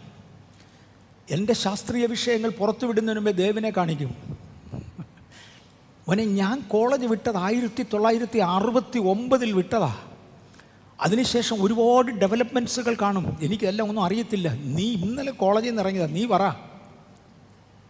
ISROയിലെ വേറൊരു സയൻറ്റിസ്റ്റ് ഉണ്ട്. അങ്ങനെ ദൈവകൃപ സൂക്ഷിക്കുന്ന ശാസ്ത്രജ്ഞന്മാർ ചിലരുണ്ട്. ഇവരെ മൊത്തം കാണിച്ചേച്ച് ഞാനൊരു ശാസ്ത്രീയ പിക്ചർ വെളിവിടത്തുള്ളൂ. ചരിത്രം ശരിക്കറിയാവുന്ന ഒരാളിനെ കാണിച്ചേച്ചാൽ ഞാൻ ചരിത്രത്തിൽ നിന്നൊരു പിക്ചർ വെളിയിൽ വിടത്തുള്ളൂ. കാര്യം ഞാൻ പൊതുസ്ഥലത്ത് ശുശ്രൂഷിക്കുന്ന ആളാണ്. എനിക്ക് എൻ്റേതായ ഒരു ഡിഗ്നിറ്റി ഉണ്ട്. കഴിഞ്ഞ ദിവസം ഒരു നിരൂപകൻ പറഞ്ഞു, ഈ റോൺ വയറ്റ് എന്ന് പറയുന്ന ഒരു വ്യക്തി യേശുക്രിസ്തുവിൻ്റെ രക്തത്തെക്കുറിച്ചൊരു പഠനമെടുത്തു. എംഎബ്രിഗിസ് ഇതൊക്കെ വിളിച്ചു പറയുന്നത് അൺഓതറൈസ്ഡാണ്. ഇതാരോട് വെരിഫൈ ചെയ്ത് വെച്ചാൽ പറയുന്നതെന്നാണ് അങ്ങനെ ചോദിച്ചത്. എനിക്ക് ദൈവം ചില അപൂർവ അനുഭവങ്ങൾ തന്നിട്ടുണ്ട്. ലോക ചരിത്രത്തിൽ ഏറ്റവും കൂടുതൽ ഭൂമി കുഴിച്ച് സത്യങ്ങൾ കണ്ടുപിടിക്കുവാൻ ഉള്ള പ്രധാനിയായ ഒരു വ്യക്തിയുടെ പേരാണ് റോൺ ചാൾസ്. റോൺ ചാൾസ് UNOയുടെ എക്സ്കവേഷൻ വിങ്ങിൻ്റെ ചെയർമാനായിരുന്നു. UNOയുടെ എക്സ്കവേഷൻ വിങ്ങിൻ്റെ ചെയർമാൻ. അതിനേക്കാൾ കൂടിയ ഒരാൾ എക്സ്കവേഷനിൽ ഇല്ല. അദ്ദേഹം എൻ്റെ വീട്ടിൽ താമസിക്കാൻ ദൈവം കരുണ ചെയ്തു. ഞാൻ കഴിഞ്ഞൊരു ദിവസം ചർച്ച വെച്ച് പറഞ്ഞപ്പോൾ ഇങ്ങനെ പറഞ്ഞു, റോൺ ചാൾസിൻ്റെ പടിക്കൽ പാറാവ് നിൽക്കാൻ എനിക്ക് കഴകമില്ല, സ്റ്റാറ്റസ് ഇല്ല. ആ മനുഷ്യനെ ദൈവം എൻ്റെ വീട്ടിലയച്ചു. അദ്ദേഹമാണ് പറഞ്ഞത്, റോൺ വയത്തിനെ ഞാനാണ് ആർക്കിയോളജി പഠിപ്പിച്ചത്. റോൺ വയത്തിൻ്റെ കണ്ടുപിടുത്തങ്ങൾ എനിക്കറിയാം, അത് യാഥാർത്ഥ്യമാണ്. അങ്ങേര് കൺഫേം ചെയ്ത പിന്നെ തൻ്റെ അടുക്കൽ എന്നാ ചോദിക്കാനാടോ ന്യായശാസ്ത്രി? എനിക്ക് എന്നെ മണ്ണാങ്കട്ടെ അറിയാമായിട്ടാ. അൺകൺഫേംഡ് ആയിട്ടുള്ളത് ഒന്നും പൊതുവെ ഞാൻ പുറത്തു വിടാറില്ല. കൺഫേം ചെയ്തതാണ് പുറത്തു വിടുന്നത്. പക്ഷെ നിങ്ങളാരെങ്കിലും എന്നോടൊരു സംഭവം വന്ന് പറഞ്ഞ് ഞാൻ പരസ്യമായി വിളിച്ച് പറഞ്ഞ് കഷ്ടകാലത്തിന് നിങ്ങൾ എന്നോട് കള്ളമാണ് പറഞ്ഞതെങ്കിൽ നിങ്ങളെ ഉത്തരവാദി ഞാനല്ല. ഇന്നാര് പറഞ്ഞാന്ന് ഞാൻ പറയും. പരിശുദ്ധാത്മാവെന്ന അടയാളമാണ് ദൈവം നമുക്ക് തന്നത്. ഇനി ഞാൻ ആ പെന്തക്കോസ്ത് നാളിനെ കുറിച്ച് എടുക്കാൻ പോവാം. ഇന്നലെ ഞാൻ കാണിച്ച കൂട്ടത്തിൽ സാത്താൻ്റെ താല്പര്യം ഭൂമിയെ പിടിച്ചടക്കുകയെന്ന. Angels, principalities, powers, spirits, everything, stars of God, universe, visible and invisible, എല്ലാം അവൻ്റെ കാൽക്കീഴിയാക്കാനാണ് അവൻ്റെ അന്നത്തെ നോട്ടം, ഇന്നത്തെ നോട്ടം. ഈ സ്റ്റാർസ് ഓഫ് ഗോഡ് എന്ന് പറഞ്ഞാൽ എന്നാണെന്നറിയാവോ? ഞാനും നിങ്ങളുവാ. ദൈവശക്തി പ്രദർശിപ്പിക്കേണ്ട എന്നെ നിങ്ങളെ വിളിക്കുന്ന പേരാ സ്റ്റാർസ് ഓഫ് ഗോഡ്. അവൻ പറഞ്ഞത്, എവൻ്റെ മണ്ടയ്ക്ക് ഞാൻ സിംഹാസനം വെക്കും, ഇവനെ ഞാൻ വിടത്തില്ല, അവൻ്റെ മണ്ടയ്ക്ക് ഞാൻ സിംഹാസനം വെക്കും. ഓക്കെ, ഞാൻ മുന്നോട്ട് നീങ്ങട്ടെ. ഇതിൻ്റെ ഈ 2 വെബ്സൈറ്റിൻ്റെ ഐ ഡി ഞാൻ തന്നിട്ടുണ്ട്. കഷ്ടിച്ച് വായിക്കാം അല്ലേ? 2 വെബ്സൈറ്റിൻ്റെ ഐ ഡി ഞാൻ തന്നിട്ടുണ്ട്. സം ഇന്ത്യൻ വെബ്സൈറ്റ് ഞാനതിൽ എഴുതിയിട്ടുണ്ട്. നമ്മൾ എവിടുന്നാണ് വന്നത്? പൈശാചിക ശക്തികളുടെ ആരാധനാമൂർത്തികളുടെ രൂപങ്ങൾ അല്ലെങ്കിൽ അവയുടെ ചിഹ്നങ്ങൾ ഒരു ഗോപുരത്തിൻ്റെ മുകളിൽ പ്രദർശിപ്പിക്കുവാൻ താല്പര്യപ്പെട്ടു. അതുപോലെ ചില ചിഹ്നങ്ങളെ മനുഷ്യ ശരീരത്തിൽ പ്രദർശിപ്പിക്കുന്നതിനെ കുറിക്കുന്ന 1-2 വെബ്സൈറ്റുകൾ ഇന്ത്യക്കുണ്ട്. ഇവിടുത്തെ അക്രൈസ്തവ സമൂഹമാണ് ഇത് പബ്ലിഷ് ചെയ്തിരിക്കുന്നത്. അതിൽ ഒന്നാമത്തേത് തന്നെ കാണുന്നതാണ്. ഈ കാണുന്ന വെബ്സൈറ്റിനകത്ത് അത് കിടപ്പുണ്ട്. ഒരു വ്യക്തി കയ്യിൽ ഒരു മോതിരം അണിഞ്ഞാൽ ആ മോതിരത്തിൽ എത്ര ദേവതാ ചൈതന്യങ്ങൾ വ്യാപരിക്കുന്നുവെന്ന് ഹൈന്ദവ മതം പഠിപ്പിക്കുന്ന വെബ്സൈറ്റ്. മേളിൽ മോതിരത്തിൻ്റെ പടവും അതിൻ്റെ വിശദീകരണമാണ് കൊടുത്തിരിക്കുന്നത്. കണ്ടോ? രാത്രി കണ്ട സ്വപ്നത്തിൻ്റെ പുറകെ ഇറങ്ങിയതല്ല. അടുത്തത് ഒരു ഇയർ റിംഗ് ചെവിയിൽ തൂക്കുന്ന ഒരു സൂത്രത്തിൽ എത്ര ദേവതകളുടെ ശക്തിയുണ്ടെന്ന്. ഇതുകൊണ്ടൊരു ഉപയോഗം എനിക്കറിവില്ല, പിന്നെ എന്തിനാണ് ഞാനിത് കെട്ടി തൂക്കുന്നത്? എന്തിനെന്നറിയാൻ വയ്യാത്തൊരു സാധനം ആരുപയോഗിക്കും? ഇത് മനുഷ്യൻ്റെ പുറമേ ഉള്ളവൻ ആഗ്രഹിക്കുന്നതല്ല. ഇതുകൊണ്ട് എൻ്റെ വിശപ്പടങ്ങത്തില്ല, ദാഹം തീരത്തില്ല, അറിവ് വർദ്ധിക്കത്തില്ല, പ്രൊട്ടക്ഷൻ കിട്ടത്തില്ല, സെക്യൂരിറ്റി ഇല്ല. പിന്നെ എന്തിന്? ഇതെൻ്റെ ശരീരത്തിൻ്റെ ആവശ്യമല്ല, ഇത് ആത്മാവിൻ്റെ ആവശ്യമാണ്. പക്ഷെ ഏത് ആത്മാവാണെന്ന് അറിയണ്ടേ?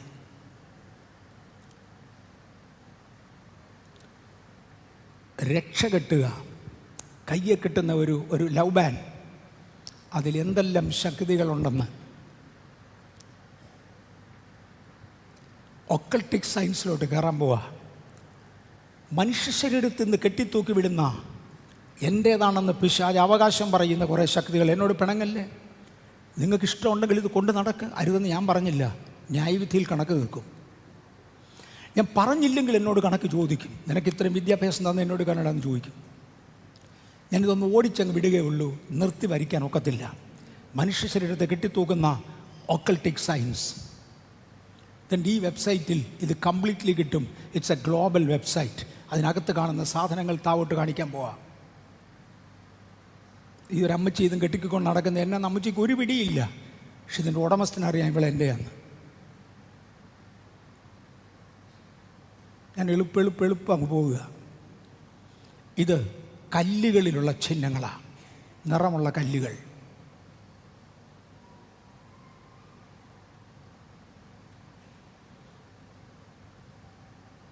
സാത്താനെ സേവിക്കുന്നവർ കൂടെ ഉപയോഗിക്കുന്ന നമ്മുടെ പിള്ളേരൊക്കെ ഉണ്ട്. ലോകം വഷളായി. ജാതികൾക്ക് വേണ്ടി ദൈവം ജനത്തെ വിറ്റു. ആ സമയത്ത് സ്വർഗത്തിലൊരു ശബ്ദമുണ്ടായി, എൻ്റെ വീണ്ടെടുപ്പിന് വേണ്ടി ഞാൻ ആരെ അയക്കേണ്ടു? ആർ നമുക്ക് വേണ്ടി പോകും? ഈ കർത്താവിൻ്റെ ശബ്ദം കേട്ടുകൊണ്ട് യേശു ഒരു വാചകം പറഞ്ഞു, അടിയനെ അയക്കണമേ, അടിയൻ പോകാം. യെശയ്യാവ് 6:8 ഈ ചരിത്രം കിടക്കുന്നത്. യേശുവിനെ കുറിച്ച് പറഞ്ഞു, ദൈവം യഹോവ ഹോമയാഗവും പാപയാഗവും ചോദിച്ചില്ല. അപ്പോൾ ഞാൻ പറഞ്ഞു, ഇതാ ഞാൻ വരുന്നു, പുസ്തക ചുരുളിൽ എന്നെക്കുറിച്ച് എഴുതിയിരിക്കുന്നു. അപ്പോൾ ഞാൻ എബ്രായർ 10:7 അതേ പദം ആവർത്തിച്ചു. അപ്പോൾ ഞാൻ പറഞ്ഞത്, ആ പുസ്തക ചുരുളിൽ എന്നെക്കുറിച്ച് എഴുതിയിരിക്കുന്നു. എന്നെക്കുറിച്ച് ഒരു രേഖയുണ്ട്, ഞാൻ വരികയാ. അത് യേശുവിൻ്റെ സമർപ്പണമാണ്. അതുകൊണ്ട് കർത്താവ് തന്നെ നിങ്ങൾക്കൊരടയാളം തരും. കന്യക ഗർഭിണിയായി ഒരു മകനെ പ്രസവിക്കും, അവനായിരിക്കും വീണ്ടെടുപ്പുകാരൻ. ദൂതൻ വന്ന് മറിയയോട് പറഞ്ഞു, മറിയേ, നിനക്കൊരു മകൻ ജനിക്കും, അവൻ ദൈവപുത്രനാ, വീണ്ടെടുപ്പിന് വേണ്ടി വരുന്നവനാ. ദൂതൻ അവളോട്, ഭയപ്പെടേണ്ട, സർവ്വജനത്തിനും ഉണ്ടാകുവാനുള്ളൊരു മഹാസന്തോഷം ഞാൻ നിങ്ങളോട് അറിയിക്കും. യേശു എന്ന രക്ഷിതാവ് യേശു ക്രിസ്തു ഇന്ന് ജനിച്ചു. യേശുവിൻ്റെ ജനനം തടയുവാൻ 1000 ശക്തികൾ നൂറ്റാണ്ടുകളായി ശ്രമിച്ചെങ്കിലും അബ്രഹാമിൻ്റെ കുടുംബത്തെ ദൈവം സൂക്ഷിച്ചു. ആ കുടുംബത്തിൽ നിന്ന് മറിയയുടെ അടുക്കൽ ദൂതൻ വന്ന് വചനിപ്പ് പെരുന്നാൾ നടത്തി. ദൂതന്മാർ ഇറങ്ങി വന്ന് ഇടയന്മാരോട് പറഞ്ഞു, ജനിച്ചടാ, ജനിച്ചു. ഇവൻ വീണ്ടെടുപ്പുകാരൻ ജനിക്കയില്ല എന്നൊക്കെ ലോകം വിധിച്ചെങ്കിലും, പിശാചുക്കൾ അട്ടഹസിച്ചെങ്കിലും, ജനിച്ചടാ, ജനിച്ചു. നിങ്ങൾക്കടയാളമോ? ശീലകൾ ചുറ്റി പശുത്തൊട്ടിയിൽ കിടക്കുന്ന ഒരു ശിശുവിനെ നിങ്ങൾ കാണും. The expressed image of God, ദൈവത്തിൻ്റെ ദൃശ്യമായ രൂപം, ദൈവത്തിൻ്റെ സാദൃശ്യവും ദൈവത്തിൻ്റെ സ്വരൂപവും. കിഴുത്തയില്ലാത്ത, വരയില്ലാത്ത, കെട്ടിത്തൂക്കില്ലാത്ത ദൈവത്തിൻ്റെ സ്വരൂപവും ദൈവത്തിൻ്റെ സാദൃശ്യവുമായി പുത്രനായ ക്രിസ്തു ലോകത്തിൽ അവതരിച്ചു. തൻ്റെ ശിമയോൻ ദേവാലയത്തിൽ ചെന്ന് യേശുവിനെ കണ്ടു. ശിമയോൻ മറ്റുള്ളവരോട് പറഞ്ഞു, ഞാൻ കണ്ടു. അതുപോലെ തന്നെ നാഥ എന്ന് വിളിച്ച് പ്രാർത്ഥിച്ചു. അങ്ങനെ ഭൂമിയിൽ ആവശ്യമുള്ളത് മുഴുവനും ദൈവം അവന് കൊടുത്തു. സമയമായപ്പോൾ യേശു സ്നാനവെള്ളത്തിലിറങ്ങി. പരിശുദ്ധാത്മാവ് പ്രാവുന്ന പോലെ തൻ്റെ മേൽ ഇറങ്ങി വന്നു. മർക്കോസിൻ്റെ സുവിശേഷം 1:14-15 യോഹന്നാൻ ദൈവവചനം പറഞ്ഞു, അദ്ദേഹത്തെ തടവിലാക്കി. യേശു ഇറങ്ങി നിന്നേച്ചു പറഞ്ഞു, കാലം തികഞ്ഞു, ദൈവത്തിൻ്റെ സമൂഹകാലം വന്നിരിക്കുന്നു. ജാതികളുടെ കാലം മുഴുവനും ജാതികൾക്ക് കൊടുത്തതാ, തികഞ്ഞു, കാലം തികഞ്ഞു. ദൈവരാജ്യം സമീപിച്ചു, ആകയാൽ നിങ്ങൾ മാനസാന്തരപ്പെടുക. ഞാനങ്ങ് ചാടുക, 9:30 നിർത്തും, ഞാൻ ചാടുക. യേശു ഒരു 12 ശിഷ്യന്മാരെ അടുക്കൽ വിളിച്ചു. ഈ യേശു സ്നാനപ്പെട്ട ശേഷം 12 ശിഷ്യന്മാരെ അടുക്കൽ വിളിച്ചേച്ച് മത്തായിയുടെ സുവിശേഷം 6:10 പ്രാർത്ഥിക്കാൻ പഠിപ്പിച്ചു. അങ്ങയുടെ രാജ്യം വരണമേ. കുഞ്ഞുങ്ങളെ, ഞാൻ ലൂസിഫറിനെ ഇവിടെ അയച്ചത് എൻ്റെ രാജ്യം ഇവിടെ സ്ഥാപിക്കാനാ. അവൻ ചെയ്തില്ല. ഞാൻ ആദാമിനെ ഇവിടെ അയച്ചത് എൻ്റെ രാജ്യം സ്ഥാപിക്കാനാ. നടന്നില്ല. ഒടുക്കത്തെ ആദാമായി ഞാൻ ഇറങ്ങി വന്നിരിക്കുക. ഞാൻ എൻ്റെ രാജ്യം സ്ഥാപിക്കുവാൻ നിങ്ങളോട് ആവശ്യപ്പെടുക. നിങ്ങളെ വിളിച്ചതെന്തിനാ? എൻ്റെ രാജ്യം സ്ഥാപിക്കാനാ. ഇതിനകത്തിരിക്കുന്ന ദൈവമക്കൾ മറക്കരുത്. നിങ്ങൾ പ്രാർത്ഥിക്കുമ്പോൾ പറ, അങ്ങയുടെ രാജ്യം വരണമേ. അങ്ങയുടെ രാജ്യം ഇവിടെ സ്ഥാപിക്കേണ്ടതിനാണ് ഞാനിവിടെ വന്നിരിക്കുന്നത്. യേശു ശിഷ്യന്മാരെ കൊണ്ടു നടന്നൊരു പ്രാക്ടീസ് കൊടുത്തു. നാളെ പകലത്തെ സെക്ഷനിൽ ഒത്തല പ്രാക്ടീസിനെ കുറിച്ച് ഞാൻ തൊടാം. ശിഷ്യന്മാർക്കൊരു പ്രാക്ടീസ് കൊടുത്തു. അന്തിമ അത്താഴത്തിൻ്റെ ദിവസം അവരുടെ കാലുകൾ കഴുകി വെച്ചൊരു പ്രസ്താവന പറഞ്ഞു. എൻ്റെ കയ്യിലോട്ട് നോക്കണേ. ഇങ്ങനെ കൈ ഉയർത്തിക്കൊണ്ടാണ് യഹൂദന പ്രസ്താവന പറയുന്നത്. ഇപ്പോൾ നിങ്ങൾ ശുദ്ധിയുള്ളവരാ. ആദാമിന് മണ്ണിൽ നിന്നൊരു ശരീരം ഉണ്ടാക്കി. ആ മണ്ണ് വിശുദ്ധമായിരുന്നു.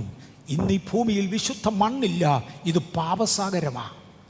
പക്ഷേ ഞാൻ നിങ്ങളെ ശുദ്ധീകരിക്കുക, നിങ്ങളിപ്പോൾ ശുദ്ധിയുള്ളവരാ.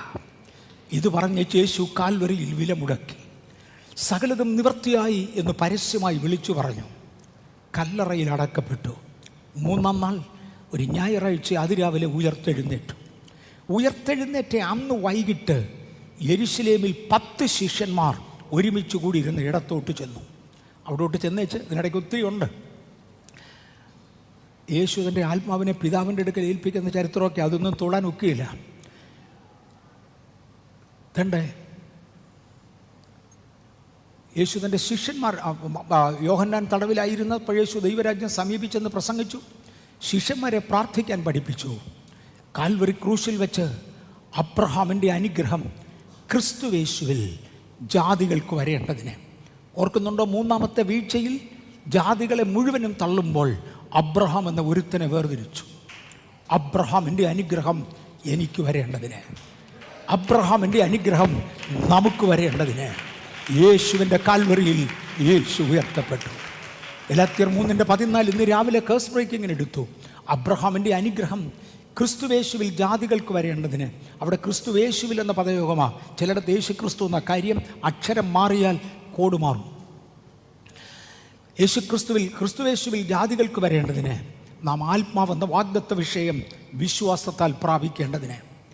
യോഹന്നാൻ്റെ സുവിശേഷം 20-ാമത്തെ അധ്യായത്തിൻ്റെ 22-ാമത്തെ വാക്യത്തിൽ ഉയർത്തെഴുന്നേറ്റ ദിവസം രാത്രിയിൽ, ഉയർപ്പിന് മുമ്പേ ഒന്നുകൂടെ ആവർത്തിക്കട്ടെ, പെസഹായുടെ ദിവസം അവരുടെ കാലുകൾ കഴുകി. കലി കഴുകിയേച്ച് പറഞ്ഞു, നിങ്ങളിപ്പോൾ ശുദ്ധിയുള്ളവരാ. ശുദ്ധിയുള്ള മണ്ണുകൊണ്ട് നിങ്ങളെ ഉണ്ടാക്കാൻ ഒക്കത്തില്ല. ഇവിടെ ശുദ്ധിയുള്ള മണ്ണില്ല. അതുകൊണ്ട് ഞാൻ നിങ്ങളെ ശുദ്ധീകരിക്കുക. എന്നിട്ട് 20-ാം അധ്യായത്തിൻ്റെ 22 ശിഷ്യന്മാരുടെ മേൽ ഊതിയേച്ച് അവരോട് പറഞ്ഞു, എൻ്റെ ആത്മാവിനെ കൈക്കൊള്ള്. നിങ്ങൾക്ക് ഓർമ്മയുണ്ടോ?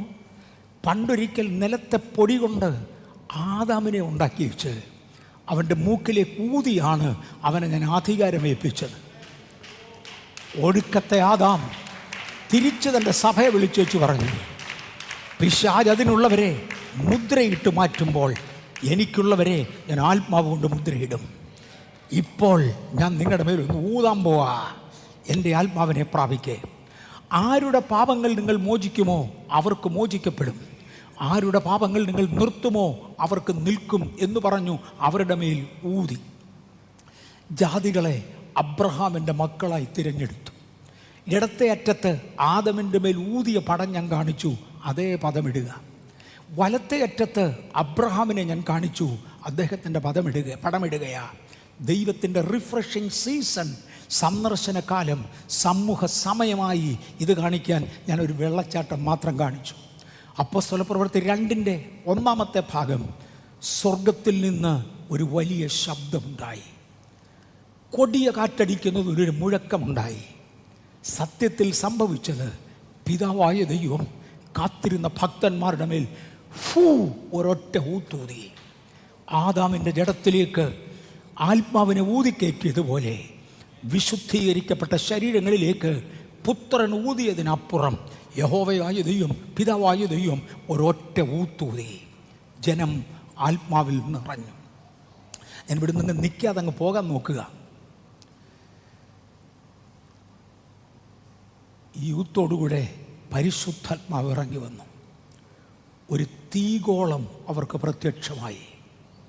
ഈ ഊത്തോടുകൂടെ ഒരു തീഗോളം അവർക്ക് പ്രത്യക്ഷമായി. ആ തീഗോളത്തിൽ നിന്നും ചിന്നിച്ചിതറിയ ജ്വാലകൾ ഓരോരുത്തൻ്റെ മേൽ പതിഞ്ഞു. അവർ അന്യഭാഷകളിൽ സംസാരിച്ചു തുടങ്ങി. ഈ ശിഷ്യന്മാരാണ് ഇന്ന് ലോകത്തിലേക്ക് ഇറങ്ങുന്നത്. മറക്കണ്ട, യേശു അവരോട് പറഞ്ഞത്, ആത്മാവ് നിങ്ങളുടെ മേൽ വന്നാൽ ആരുടെ പാപങ്ങൾ നിങ്ങൾ ക്ഷമിക്കും അവർക്ക് ക്ഷമിക്കപ്പെട്ടിരിക്കും, ആരുടെ പാപങ്ങൾ നിങ്ങൾ നിർത്തും അവർക്ക് നിൽക്കും.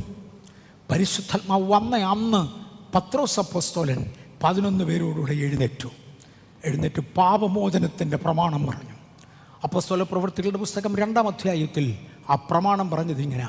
ഇതിനിടയ്ക്ക് യെശയ്യാവ് പറഞ്ഞിരുന്നു, സകല ഭൂസീമവാസികളുമേ നിങ്ങൾ എങ്കിലേക്ക് നോക്കി രക്ഷപ്പെട്. നിങ്ങളെ തള്ളിയതല്ലേ, നിങ്ങളെ ലോകം മുഴുവൻ ചെതറിച്ചതല്ലേ. യേശു മടങ്ങി വരും, അന്ന് നിങ്ങൾ അവങ്കലേക്ക് നോക്കണം. മോശ മരുഭൂമിയിൽ പിച്ചള സർപ്പത്തെ ഉയർത്തിയതുപോലെ മനുഷ്യപുത്രനെ ഉയർത്തേണ്ടതാണ്. നിങ്ങൾ അവങ്കലേക്ക് നോക്കണം, നിങ്ങൾ രക്ഷ പ്രാപിക്കും. നിങ്ങൾ അവൻ്റെ ഉപദേശം കേൾക്കണം. ഞാനിവിടെ എങ്ങും നിൽക്കുന്നില്ല, ഇത് ശരിയാകില്ല. യേശു അവരുടെ മേൽ ഊതി. അപ്പോസ്തല പ്രവൃത്തികളുടെ പുസ്തകം 2-ാം അധ്യായത്തിൻ്റെ 38 മുതലുള്ള വാക്യങ്ങളിൽ പത്രോസ് എഴുന്നേറ്റു. അവരോട് എന്തോ പറഞ്ഞത്? ആത്മാവ് നിങ്ങളുടെ മേൽ വന്ന ശേഷം ആരുടെ പാപങ്ങൾ നിങ്ങൾ മോചിക്കും അവർക്ക് മോചിക്കപ്പെട്ടിരിക്കും, ആരുടെ പാപങ്ങൾ നിങ്ങൾ നിർത്തും അവർക്ക് നിൽക്കും. പത്രോസ് എഴുന്നേറ്റേച്ച് പാപമോചനത്തിൻ്റെ പ്രമാണം വിളിച്ചു പറഞ്ഞു. അത് യഹൂദനിൽ നിന്ന് വന്നവനും ജാതിയിൽ നിന്ന് വന്നവനും എല്ലാവർക്കും ഒരുപോലെ. 1, നിങ്ങൾ മാനസാന്തരപ്പെടുക. 2, നിങ്ങൾ സ്നാനപ്പെടുക. 3, നിങ്ങൾ പരിശുദ്ധാത്മാവിനെ പ്രാപിക്കുക. 4, വക്രതയുള്ള തലമുറയിൽ നിന്ന് വേർപാടാചരിക്കുക. ഈ 4 വ്യവസ്ഥകൾ ഒരുമിച്ച് പോകുന്നവൻ്റെ പാപങ്ങൾ ക്ഷമിക്കപ്പെട്ടു, ബാക്കിയുള്ളവൻ്റെ പാപം നിൽക്കുന്നു. ഞാൻ ഭയങ്കര ഗൗരവത്തിലാണ് പോകുന്നത്.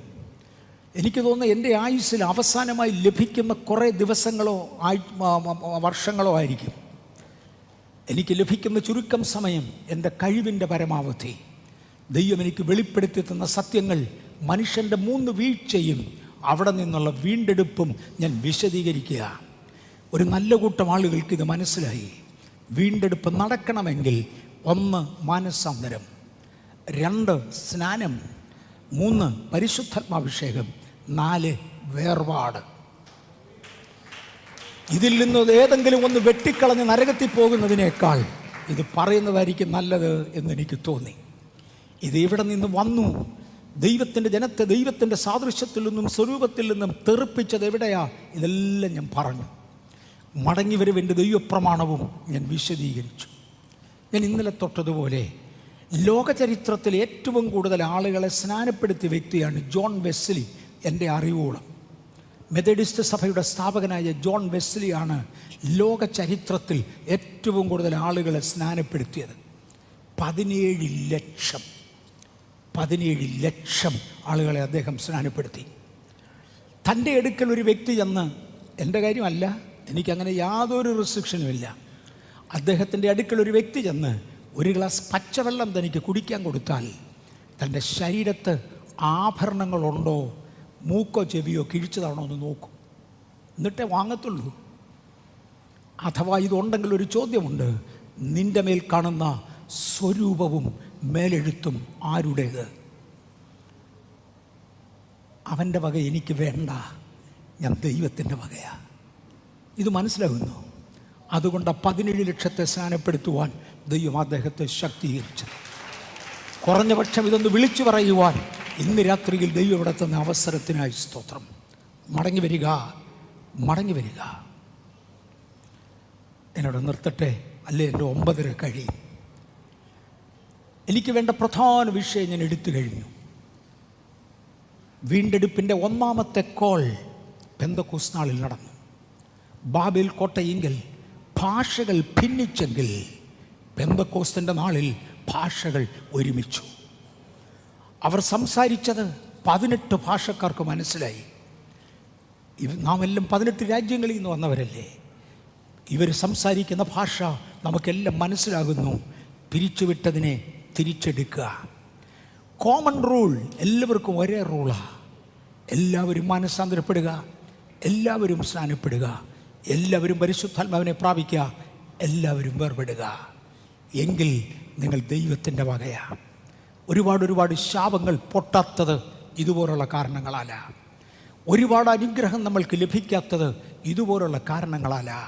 ഞാൻ ദൈവ പൈതലെന്ന് ദൈവസന്നിധിയിൽ സാക്ഷ്യം പറയുവാൻ, അത് ചുമ്മാ പറയാൻ ആരെക്കൊണ്ടും കഴിയും. ഒരു 3 ദിവസത്തിന് മുമ്പേ ബാംഗ്ലൂരിൽ ഒരു ഭവനത്തിൽ പോകേണ്ട ഒരാവശ്യമുണ്ടായി. ഒന്ന് വരണേ എന്ന് പറഞ്ഞ് അവർ വിളിച്ചത് കൊണ്ടാണ് ഞാൻ പോയത്. ഞാൻ അവരോട് ഡയറക്ഷൻ ചോദിച്ചായിരുന്നു പോയത്. കാര്യം എനിക്ക് പോകാൻ വഴി പോലും അറിയത്തില്ല. ഗൂഗിൾ ഡയറക്ഷൻ തന്നു, അതനുസരിച്ചാണ് ഞാൻ പോയത്. അവിടെ ചെന്നപ്പോൾ ഒരു പെന്തക്കോസ്ത് ഫാമിലിയാണ്. പക്ഷെ സഹോദരി ആഭരണങ്ങൾ ഉപയോഗിക്കുന്നുണ്ട്. ഞാൻ അവരോട് ചോദിച്ചു, നിങ്ങൾ ഏത് ചർച്ചിലാണ് പോകുന്നത്? ഞങ്ങൾ ചർച്ച് ഓഫ് ഗോഡിലാണ് പോകുന്നത്. കേരളത്തിലല്ല, ബാംഗ്ലൂരിൽ. അവിടെ ഇതൊക്കെ എല്ലായിടത്തും പെർമിറ്റഡാണ്, എൻ്റെ ചർച്ചിലും പെർമിറ്റഡാണ്. അവർക്ക് എന്തൊക്കെയോ കുറേ അസ്വസ്ഥതകൾ. ഒന്ന് പ്രാർത്ഥിക്കാമെന്ന് ഞാൻ പറഞ്ഞു, പ്രാർത്ഥിക്കാമെന്ന് പറഞ്ഞു.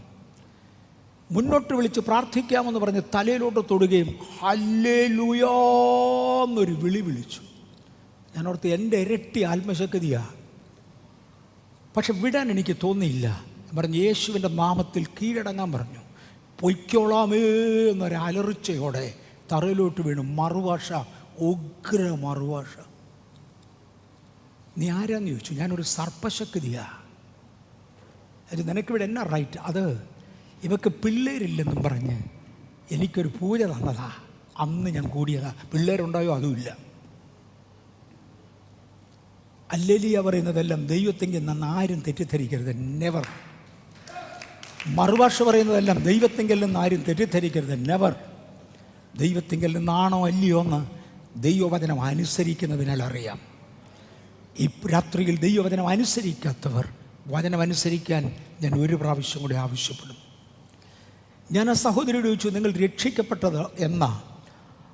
അത് ഞാൻ പണ്ട് യാക്കോബയിലായിരുന്നു, അവിടുന്ന് ഞാൻ രക്ഷിക്കപ്പെട്ട് പെന്തിക്കോസ് വന്നു. ഞാൻ പറഞ്ഞു, നിങ്ങൾ എന്തുവാ രക്ഷിക്കപ്പെട്ടെന്ന് പറയുന്നത്? എന്തോ അത് എല്ലാവരും പറഞ്ഞ് എഴുന്നേറ്റ് നിൽക്കാൻ പറഞ്ഞു. ഞാൻ എഴുന്നേറ്റ് വന്നു. പറഞ്ഞു, അതാണോ രക്ഷിക്കപ്പെടുന്നത്? ഇതിനെയാണോ മാനസാന്തരം എന്ന് വിളിക്കുന്നത്? ഇന്ന് രാത്രിയിൽ എൻ്റെ മുമ്പിലിരിക്കുന്നവരോട് ഞാൻ ചോദിക്കട്ടെ, ഹൃദയത്തിൻ്റെ അന്തരംഗത്തിൽ നിന്ന് ഞാൻ സ്വമനസ്സാൽ എൻ്റെ ദൈവത്തെ സേവിക്കാൻ സമർപ്പിക്കുക. ജീവനോ മരണമോ രണ്ടാമത്തേത്. ഞാൻ ദൈവത്തെ മാത്രം സേവിക്കും, ലോകത്തിൻ്റെത് എനിക്ക് വേണ്ട എന്ന് പറയുവാൻ ഇന്ന് രാത്രിയിൽ ആരെങ്കിലും ഉണ്ടെങ്കിൽ, നിങ്ങൾ മുങ്ങിയതായിരിക്കാം, അതല്ലെന്നൊന്നും അല്ല ഞാൻ പറഞ്ഞേ, അതിൻ്റെ കാര്യമല്ല ഞാൻ പറഞ്ഞേ. യഥാർത്ഥ മാനസാന്തരം നിങ്ങളും ദൈവവും തമ്മിൽ അടുക്കുന്നതാണ്. ഞാൻ രക്ഷിക്കപ്പെട്ട തീയതി എനിക്ക് ഓർമ്മയില്ല, അത് 11ാമത്തെ വയസ്സിലായിരുന്നു. പക്ഷേ എനിക്ക് ഇൻസിഡൻ്റ് ഓർമ്മയുണ്ട്. എൻ്റെ കട്ടിലിൻ്റെ അരികിൽ മുട്ടുകുത്തി ഞാൻ പ്രാർത്ഥിച്ചു, കർത്താവേ, അറിയപ്പെട്ട പാപം ഒന്നും ചെയ്തിട്ടില്ല, 11 വയസ്സായതേ ഉള്ളൂ. പക്ഷേ ഞാനൊരു വെറും മനുഷ്യനാണെന്നും അങ്ങൻ്റെ രക്ഷിതാവായി വരണമെന്നും ഞാൻ ആഗ്രഹിക്കുന്നു. ആവർത്തിച്ച് പ്രാർത്ഥിച്ചു. അന്ന് രാത്രിയിൽ എനിക്ക് ഉറങ്ങാൻ കഴിഞ്ഞില്ല. അതുപോലുള്ളൊരാത്മപ്രേരണ എൻ്റെ അകത്തുണ്ടായിരുന്നു. ഞാൻ രക്ഷിക്കപ്പെട്ടതാ. എനിക്ക് നല്ല ഓർമ്മയാണ്. എനിക്ക് വന്ന ഒരാഴ്ചയ്ക്ക് മുമ്പേ ഞാൻ എൻ്റെ ഭാര്യയോട് പറഞ്ഞു, പെണ്ണ് കാണാൻ ഞാൻ പോയി പക്ഷേ ഞാൻ നിന്നെ കണ്ടില്ല. സത്യം, എൻ്റെ വിവാഹം ഒരല്പം വ്യത്യസ്തമായിരുന്നു. എൻ്റെ വീട്ടിൽ നിന്ന് ഞാൻ സ്നാനപ്പെട്ടതിനെ തുടർന്ന് എൻ്റെ അപ്പൻ ആഹാരം തരാതെയായി. ഓക്കെ, അത് കഴിഞ്ഞു. എനിക്ക് ദൈവകൃപയാൽ ഒരു കൊച്ചു ജോലി കിട്ടി. സ്വന്തം ശമ്പളം കൊണ്ട് ഉപജീവനം കഴിഞ്ഞു. അത് കഴിഞ്ഞപ്പോൾ എൻ്റെ അപ്പൻ പറഞ്ഞു, തിരിച്ചു മർത്തമായി വന്നാൽ കല്യാണം നടത്താം. ഇല്ലേ, കല്യാണം നടത്തത്തില്ല. പറഞ്ഞു, വേണ്ട പച്ചാ, കല്യാണം കഴിക്കാനല്ല ദൈവത്തെ സേവിച്ചത്, കല്യാണം കഴിക്കണ്ട, നിൻ്റെ അനിയനെ കൊണ്ട് കല്യാണം കഴിപ്പിക്കാൻ പോയി. ഞാൻ പറഞ്ഞു, ചെയ്തോ, എനിക്കൊരു വിരോധമില്ല. അനിയൻ എന്ന് പറഞ്ഞ ചേട്ടാ അത് ശരിയാകത്തില്ല. ഞാൻ പറഞ്ഞു, എടാ അങ്ങനല്ലടാ, അപ്പച്ചൻ്റെ താല്പര്യം അതാ, നീ കല്യാണം കഴിക്കുക. ഞാൻ കല്യാണം കഴിക്കാൻ വേണ്ടിയല്ല ജീവിക്കുന്നത്, കർത്താവിനെ സേവിക്കാനാ. It is different. അവൻ്റെ കുഞ്ഞിനെ കണ്ട ശേഷമാണ് എൻ്റെ വിവാഹം നടക്കുന്നത്. ഒരു ദിവസം സിസ്റ്റർ മേരി കോവൂർ, എൻ്റെ അനിയൻ്റെ കുഞ്ഞിനെ കണ്ട ശേഷം ഒരിക്കൽ മേരി കോവൂർ എന്നെ വിളിച്ചേച്ച് പറഞ്ഞു, നിനക്ക് ഒരു വിവാഹാലോചനയുണ്ട്. ഡയറക്റ്റ് എന്നോട് പറയുക, എല്ലാവരും എൻ്റെ സഹോദരന്മാരുള്ള ഒരാളിനോട് പറയുമായിരുന്നു, ദൈവം ഒരുക്കിയിരിക്കുന്ന പെൺകുട്ടി ഇതാ, നീ അവളെ വിവാഹം കഴിക്കാൻ പറഞ്ഞു. എനിക്ക് അന്ന് ദൈവത്തിൻ്റെ കരുണയാൽ 4 എൻജിനീയറിംഗ് ഡിഗ്രി ഉണ്ട്, പോസ്റ്റ് ഗ്രാജുവേറ്റ് ഡിപ്ലോമ 4 എണ്ണം ഉണ്ട്. ഇത് 10ാം ക്ലാസ് പാർട്ട് എഴുതി പാസ്സായതാണ്. പറഞ്ഞ വിദ്യാഭ്യാസ കാര്യത്തിൽ ഒരുമിച്ച് പോകില്ല, അറിവിലും കഴിവിലും ഒരുമിച്ച് പോകില്ല. പക്ഷേ ദൈവം തീരുമാനിച്ചതെന്ന് സിസ്റ്റർ കോവൂർ പറഞ്ഞെങ്കിൽ എനിക്കത് മതി. അപ്പോഴത്തേക്ക് എൻ്റെ അപ്പനും തിരിഞ്ഞു വന്ന് കല്യാണം കഴിക്കാൻ പറഞ്ഞു. ഞാൻ പറഞ്ഞപ്പോൾ അതിന് ഞാൻ വരണമെന്നില്ല, നിങ്ങളാരെങ്കിലും പോയി കണ്ടാൽ മതി, എനിക്ക് കാണണ്ട, കാര്യം ദൈവം തന്നതാണെന്ന് എനിക്കറിയാം, ദാറ്റ്സ് ഇറ്റ്, ഞാൻ കല്യാണം കഴിച്ചോളാം. അപ്പച്ചൻ എന്നോട് പറഞ്ഞു, അങ്ങനെ അല്ലടാ, നീ വന്ന്, നിനക്ക് അവളെ കാണുന്നുണ്ടെങ്കിൽ അവൾക്ക് നിന്നെ കാണുമായിരിക്കും ഒരു പക്ഷേ, അതുകൊണ്ട് നീ ഒന്ന് വന്നേ പറ്റൂ. ഞാൻ പോയി. ഞാൻ പേര് ചോദിച്ചില്ല, വയസ്സ് ചോദിച്ചില്ല, മുഖത്ത് നോക്കിയില്ല, ഒന്നും മിണ്ടിയില്ല. ഞാൻ ആ വീട്ടിൽ പോയിരുന്ന് ചായ തന്നു, അത് കുടിച്ചു, ഞാൻ ഇറങ്ങി പോരുകയും ചെയ്തു. ഒരു 3-4 ദിവസത്തേക്ക് മുമ്പേ ഞാൻ എൻ്റെ ഭാര്യയോട് പറഞ്ഞു, 3-4 ദിവസമേ ആയുള്ളൂ, ആദ്യമായിട്ട് ഞാൻ നിൻ്റെ മുഖത്ത് നോക്കുന്നത് വിവാഹവേദിയിലാണ്. പസപ്പിയമ്പിലിപ്പാണ് ഞങ്ങളുടെ കല്യാണം കഴിപ്പിച്ചത്. അദ്ദേഹം ഞങ്ങൾ 2 പേരെയും കൂടെ വിളിച്ച് കൈയോട് കൈ പിടിക്കാൻ പറഞ്ഞു. എനിക്കൊരു ഭൂതോദയം ഉദിച്ചു. എൻ്റെ ഭാര്യയെ കണ്ടാൽ എങ്ങനെ ഇരിക്കുമെന്ന് അറിയണ്ടേ? അന്നേരത്തെ ഞാൻ മുഖത്തോട്ട് നോക്കിയത്, അതുവരെ നോക്കിയിട്ടില്ല. പക്ഷെ ഭയങ്കര ഓർമ്മയാണ് ഞാൻ ആ വാചകങ്ങൾ പറയുന്നത്. മരണം നമ്മെ തമ്മിൽ വേർപിരിക്കുന്നത് വരെ, സുഖത്തിലും ദുഃഖത്തിലും ജീവിതത്തിൻ്റെ സകല സാഹചര്യങ്ങളിലും നിനക്ക് മാത്രം ഭർത്താവായി നിന്നോട് മാത്രം പറ്റിച്ചേർന്നിരിക്കും. ആ തീരുമാനം എനിക്ക് ഓർമ്മയുണ്ട്. ഞാൻ ദൈവത്തോടെടുത്ത തീരുമാനം എനിക്ക് ഓർമ്മയുണ്ട്. സുഖത്തിലും ദുഃഖത്തിലും നന്മയിലും തിന്മയിലും ഏത് സാഹചര്യത്തിലും ഞാൻ അങ്ങയുടേതാ, അങ്ങ് എൻ്റേതാ. ഈ ബന്ധം ഇന്ന് രാത്രിയിൽ ദൈവവുമായി ഉറപ്പുള്ളവർക്കായി സ്തോത്രം. അതില്ലാത്തവർ ഇന്ന് രാത്രിയിൽ ദൈവവുമായി ബന്ധത്തിൽ വരിക. Are you getting me? ഞാൻ സാൽവേഷൻ മെസ്സേജിനല്ല ഇവിടെ നിൽക്കുന്നത്. ഇത് സുവിശേഷ പ്രസംഗമല്ല, ഇത് ബൈബിൾ സ്റ്റഡിയാണ്. ഒരുപാട് ആഴത്തിലിറങ്ങി പഠിക്കുക. പക്ഷേ ഇത് നെഗ്ലക്റ്റ് ചെയ്യാൻ ഒക്കത്തില്ല. എല്ലാ കണ്ണുകളും ദയവായി അടയ്ക്കാം. എൻ്റെ 9:30 ദയവായി എല്ലാ കണ്ണുകളും അടയ്ക്കാം. ഇന്ന് രാത്രിയിൽ ദൈവവുമായി ഭയങ്കര ബന്ധം ഉറപ്പില്ലാത്തവരോടുണ്ടെങ്കിൽ ആ ഇരിക്കുന്ന ഇരിപ്പിൽ ദൈവസന്നിധിയിൽ നിങ്ങളെ പ്രതിഷ്ഠിച്ചാലും നന്മയിലും തിന്മയിലും വചനമനുസരിക്കുന്നതല്ലാതെ യാതൊന്നും എൻ്റെ ജീവിതത്തിലില്ല. ഞാൻ ദൈവത്തിൻ്റെ വചനം മാത്രം അനുസരിക്കും. കർത്താവും ദൈവവുമേ, ഈ വചനം ഈ ജനത്തിൻ്റെ മുമ്പിൽ കൊടുക്കുവാൻ ഈ അനാരോഗ്യത്തിലും അടിയന് തന്ന കൃപയ്ക്കായി സ്തോത്രം. അടിയന് തന്ന ആരോഗ്യത്തിൽ നിന്ന് ഞാൻ ഈ ജനത്തെ അനുഗ്രഹിക്കുന്നു. ഞാൻ ഈ സഭയെ അനുഗ്രഹിക്കുന്നു. ഇതിൻ്റെ വളർച്ചയ്ക്ക് തടസ്സവും വിരോധവുമായി ദേശത്തുയരുന്ന ശക്തികളെ യേശുവിൻ്റെ നാമത്തിൽ ഞാൻ ചവിട്ടുന്നു. പാമ്പുകളെയും തേളുകളെയും ശത്രുവിൻ്റെ സകല ബലത്തെയും ചവിട്ടുവാൻ അടിയനെ ഏൽപ്പിച്ച യേശുവേ, അങ്ങയുടെ ദാസൻ എന്ന പദവിയിൽ ഞാൻ ആ ശക്തികളെ ചവിട്ടുന്നു. അതിവിടെ നിന്നും തെറിച്ചു മാറുവാൻ ഇന്ന് രാത്രിയിൽ ഞാൻ ആവശ്യപ്പെടുകയാണ്. ദൈവശക്തി വ്യാപരിക്കട്ടെ.